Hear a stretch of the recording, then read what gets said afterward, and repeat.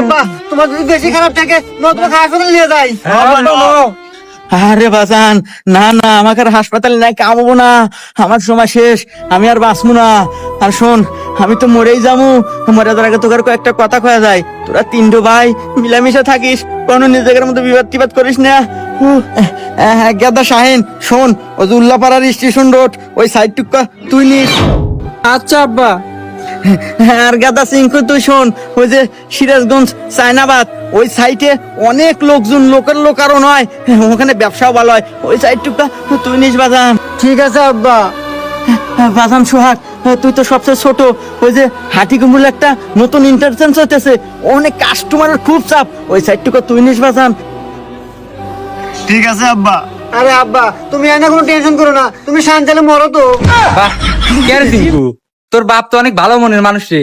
মরার আগে তিন বেটাক সমান তালের জায়গা তুমি ভাগ করে দিতেছে। এ স্যার চুপ কর, এবার আব্বার মূর্তি কষ্ট দিতেছে, আর কিছু জায়গা তুমি বাক করে দেবো রে। আরে এই জেলার ভিতর বিভিন্ন জায়গায় আব্বা বিক্রি হয়েছে, সেই সাইড গুলো আমাকে বাক করে দিতেছে।